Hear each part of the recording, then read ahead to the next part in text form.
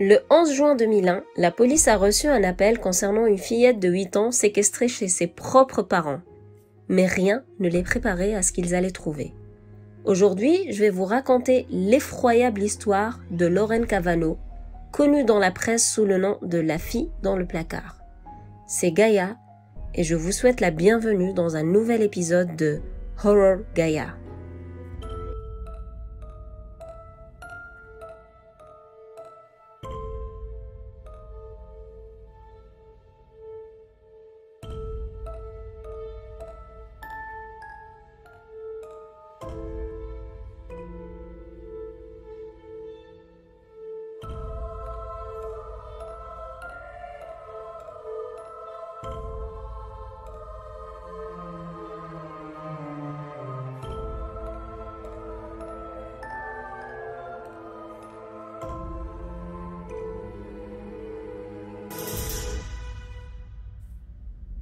Barbara Atkins, la mère biologique de Lauren Kavanaugh, avait décidé de donner sa fille en adoption à la naissance.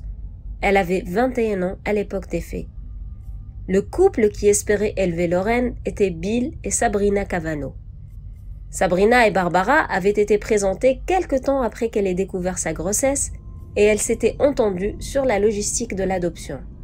Sabrina Kavanaugh se souvient que Barbara était déterminée à donner sa fille et qu'elle lui avait dit qu'elle n'avait aucune idée de qui pourrait être le père. Lauren Kavanaugh est née le 12 avril 1993. Elle a été directement adoptée par les Kavanaugh et pour les jeunes parents, c'était le plus beau jour de leur vie. Sa chambre et ses affaires n'attendaient plus qu'elle. Sabrina et Bill ont élevé Lauren dans l'amour et la paix pendant les 8 premiers mois de sa vie, jusqu'au jour où ils ont été informés que Barbara Kavanaugh avait déposé une requête pour récupérer la garde de Lauren. En 1995, après presque 2 ans de bataille juridique, la juge Lynn E. Markham a accordé la garde parentale de Lauren aux Atkinson. Donc, autrement dit, Lauren allait revenir vivre avec ses parents biologiques. Et durant les 6 années qui vont suivre, la petite fille va être confrontée à des abus inimaginables. Du coup, juste pour vous avertir, si vous êtes sensible, arrêtez d'écouter cette vidéo. Maintenant que c'est fait, je vais continuer à vous raconter. Alors, Barbara et Kenneth Atkinson s'amusaient à abuser et à torturer la fillette tous les jours, et quand ils ne le faisaient pas eux-mêmes, ils la louaient à des pédophiles. Vous imaginez? Des parents qui font ça à leur enfant? Mais ce n'est pas encore tout. Barbara mettait un bol de macaroni au fromage devant la fillette et lui disait de mâcher, mais de ne pas avaler, genre de recracher la nourriture. Kenneth et Barbara avaient 5 autres enfants qui avaient également subi diverses sortes d'abus, mais Lauren était la seule d'entre eux qui était constamment privée de nourriture et confinée dans un placard. Barbara Atkinson a plus tard déclaré au service de protection de l'enfance qu'elle n'avait jamais aimé Lauren et qu'elle n'avait jamais voulu d'elle. Elle avait dit mot pour mot « Quand mes autres enfants souffrent, je souffre aussi, mais je ne ressentais rien quand Lauren souffrait. » Mais honnêtement, meuf, si t'aimes pas ton enfant, pourquoi la priver de parents qu'il aime? C'est ce que je comprends pas, genre, on pousse le sadisme à un point où je l'aime pas, je ne ressens rien pour elle, mais je la récupère quand même parce que je veux la faire souffrir. C'est quand même fou, non? Bref, je continue parce que sinon je vais pas m'arrêter. Au bout de 6 ans d'abus constants, Kenneth Atkinson a décidé de parler de Lauren à quelqu'un. On ne sait pas si c'était dû à un changement soudain d'avis ou à un acte vicieux de vengeance après avoir découvert que Barbara le trompait, mais ces révélations allaient mettre fin à la longue vie d'isolement, de souffrance et d'abus de Lauren. Le 11 juin 2001, la police de Hutchins au Texas a reçu un appel suite auquel ils ont fait une descente dans la maison de Kenneth et Barbara Atkinson. L'appel dénonçait une maltraitance contre Lauren Kavanaugh, la fille de Barbara, qui était alors âgée de 8 ans.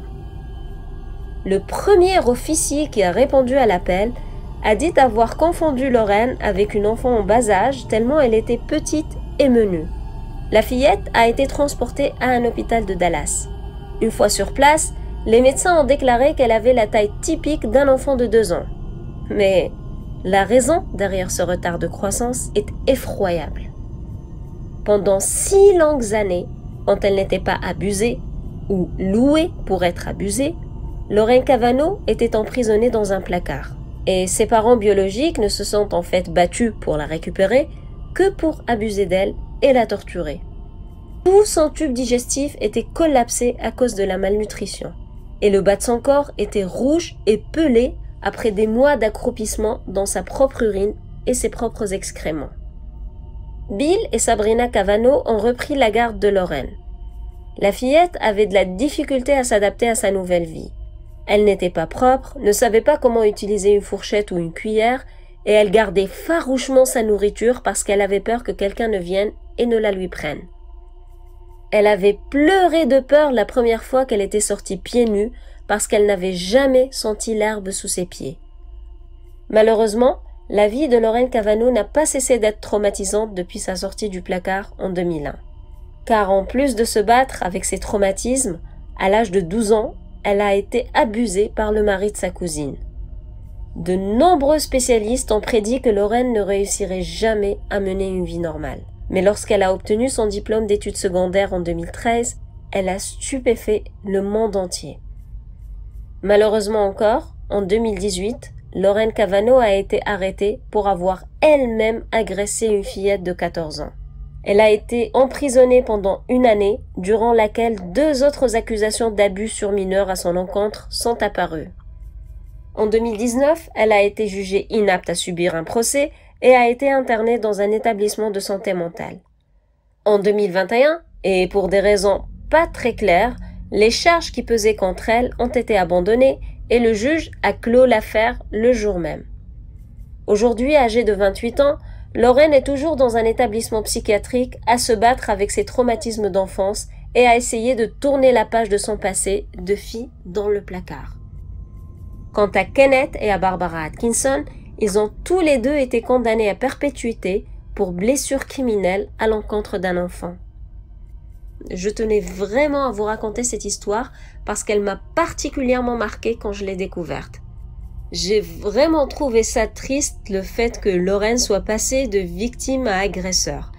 Je ne suis pas psychologue ici, puis je n'avance que mon propre avis. Vous pouvez me dire si vous êtes d'accord ou pas d'accord avec moi, et je ne lui trouve pas d'excuses non plus. Mais je pense que ces actes d'adultes ont vraiment été comme dictés ou influencés par le traumatisme qu'elle a subi durant son enfance. Et donc, ça a beaucoup joué.